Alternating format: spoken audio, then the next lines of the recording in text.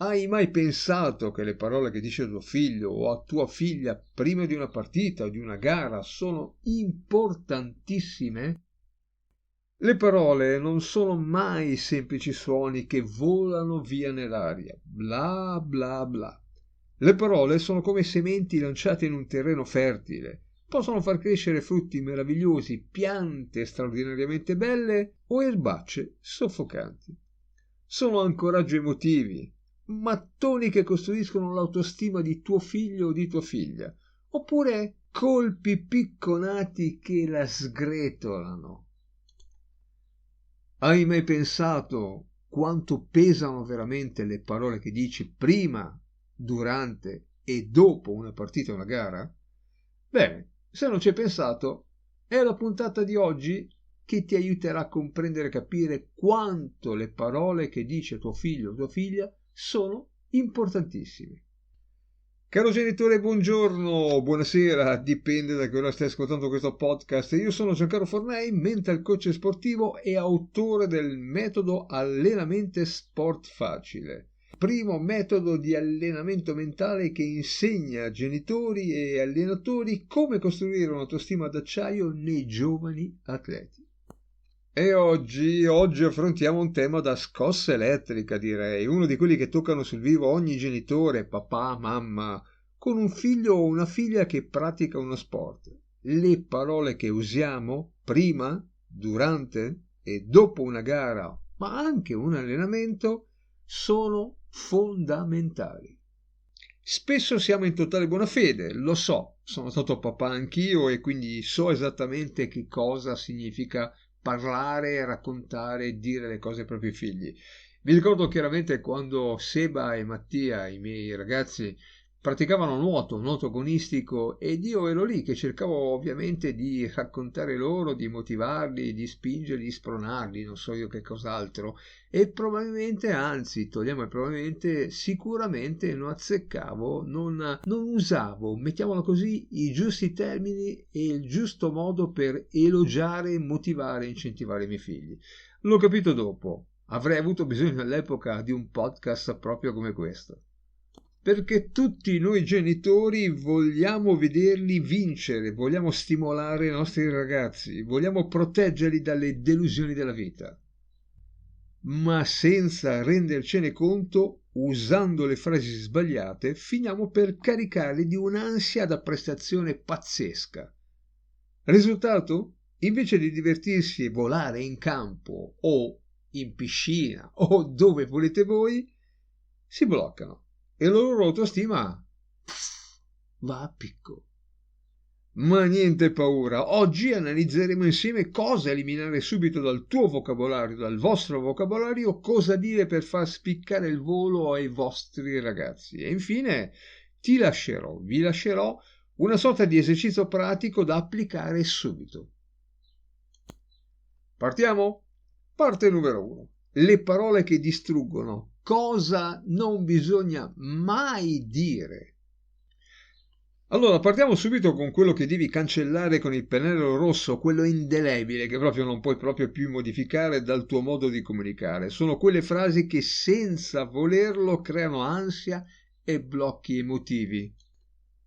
Caro genitore, non devi mai dire oggi devi vincere, oppure mi raccomando segna, oppure mi raccomando fai una bella prestazione, Perché queste frasi spostano attenzione dall'unica cosa che tuo figlio può davvero controllare, il suo impegno, a qualcosa invece che non dipende solo da lui, come risultato o la bravura degli avversari. Se leghi il suo valore al punteggio finale, la vittoria, il primo posto, il piazzamento, gli metti sullo stomaco una sorta di macigno pesante da trasportare poi in campo o comunque nel luogo dove dovrà fare la sua prestazione sportiva. Altra cosa che non devi dire mai, stai attenta e attento, aguzza l'orecchio. Ma hai visto il figlio del mio amico come si impegna? Prendi esempio da lui, dai! Guarda che i confronti distruggono l'autostima. Punto. Tuo figlio non deve diventare la fotocopia di qualcun altro, deve semplicemente imparare a superare se stesso, giorno dopo giorno, gara dopo gara, partita dopo partita, allenamento dopo allenamento.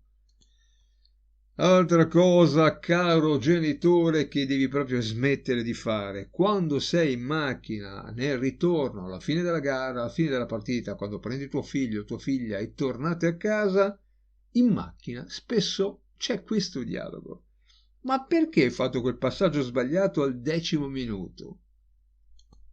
Ma tu sei tecnico, sei l'allenatore in seconda, sei un esperto di calcio oppure di atletica leggera o comunque della disciplina sportiva di tuo figlio, ma ti rendi conto?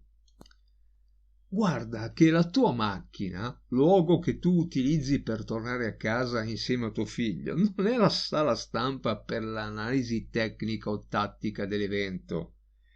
È il viaggio di ritorno, deve essere una zona protetta, un rifugio sicuro, ma smettila di accusarlo, smettila di puntare il dito su quello che ha fatto o quello che non ha fatto. E veniamo alla parte numero 2, le parole che costruiscono, cosa dire per nutrire l'autostima.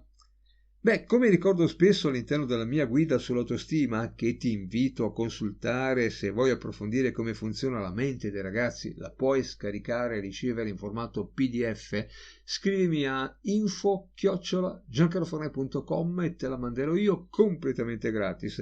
Dicevo, l'autostima non si eredita geneticamente, si costruisce giorno dopo giorno, mattone dopo mattone, anzi mattoncino dopo mattoncino. Ed ecco alcune frasi che funzionano come carburante ad alto numero di ottani per la mente di tuo figlio, oppure come cemento per quei famosi mattoncini per l'autostima. Prima della gara, per abbassare la pressione, non alzarla, abbassare, tu dovresti dire a tuo figlio: divertiti, dai il tuo massimo e respira. Comunque vada, io sono orgoglioso di te. Ma lo sai che cosa avresti appena fatto con quella frase? Avresti tolto l'ansia del giudizio a tuo figlio, a tua figlia. Il ragazzo comincerebbe a giocare con la mente libera, comincerebbe a fare la gara, gareggiare con la mente libera. E il messaggio profondo è: sei abbastanza a prescindere dal risultato. E un atleta che si sente sicuro e accettato diventa automaticamente più coraggioso e performante. 2.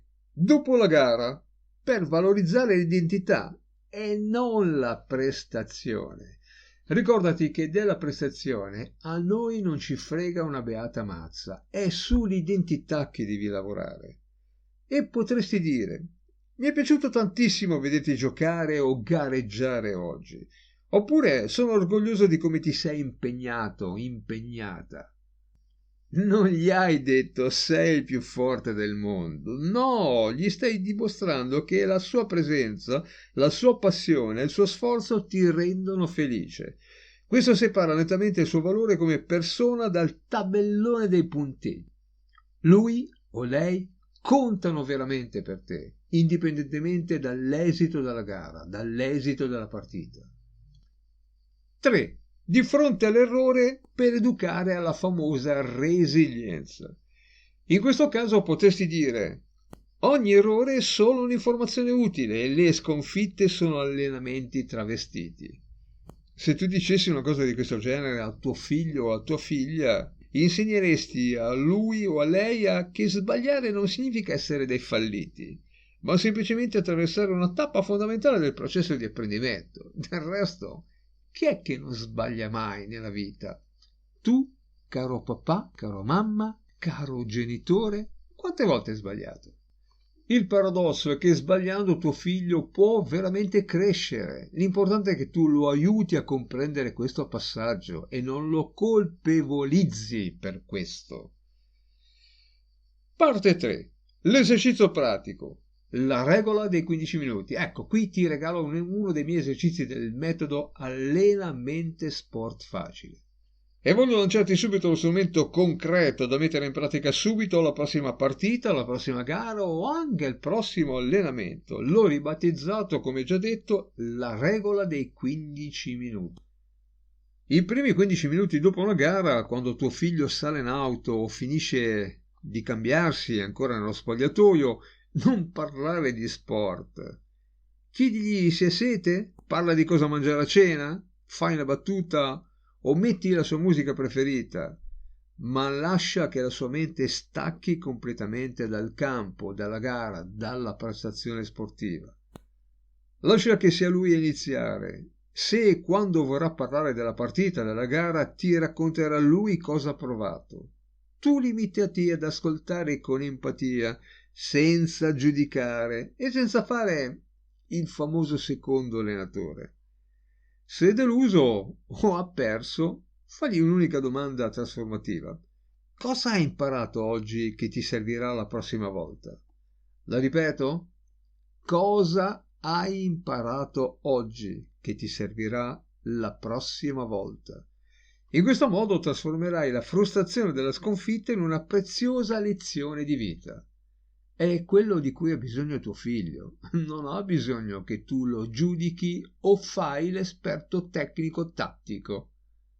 Siamo in chiusura di questo lunghissimo podcast e ti ricordo sempre questo concetto fondamentale: tuo figlio non ha bisogno di un secondo allenatore sulle tribune o in macchina, ha bisogno di un genitore che sia il suo tifoso numero uno incondizionatamente, che gli voglia bene, che lo apprezzi per quello che è e soprattutto per quello che riesce a fare, indipendentemente se vince, perde o arriva ultimo.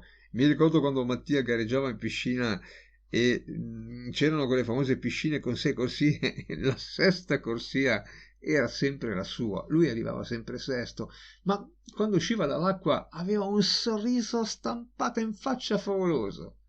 Ma come potevi arrabbiarti con lui? Come potevo arrabbiarmi con lui? Lui era contento, era arrivato ultimo e non gliene fregava una beata mazza, punto. Beh, amico mio o amica mia, caro genitore, se questo episodio ti è piaciuto e ti ha dato qualche spunto di riflessione utile, iscriviti subito al canale per non perderti i prossimi contenuti e lascia un commento per dirmi cosa ne pensi e come gestisci questi momenti con tuo figlio o con tua figlia. E se vuoi fare veramente un salto di qualità nella crescita personale e sportiva tua e dei tuoi ragazzi, dai un'occhiata ai miei libri e le mie disponibili su Amazon, sul Giardino dei Libri, su tutti gli store online e ovviamente le puoi richiedere anche in libreria. Vi troverai strategie pratiche pronte all'uso per sviluppare una mentalità forte, vincente e serena. Ti aspetto sul mio blog principale allenamentesportfacile.it e ti ricordo che è il primo metodo di allenamento mentale che insegna a genitori e allenatori come costruire un'autostima d'acciaio nei giovani atleti. Un forte, fortissimo abbraccio da Giancarlo Fornei e fai volare l'autostima dei tuoi figli in alto.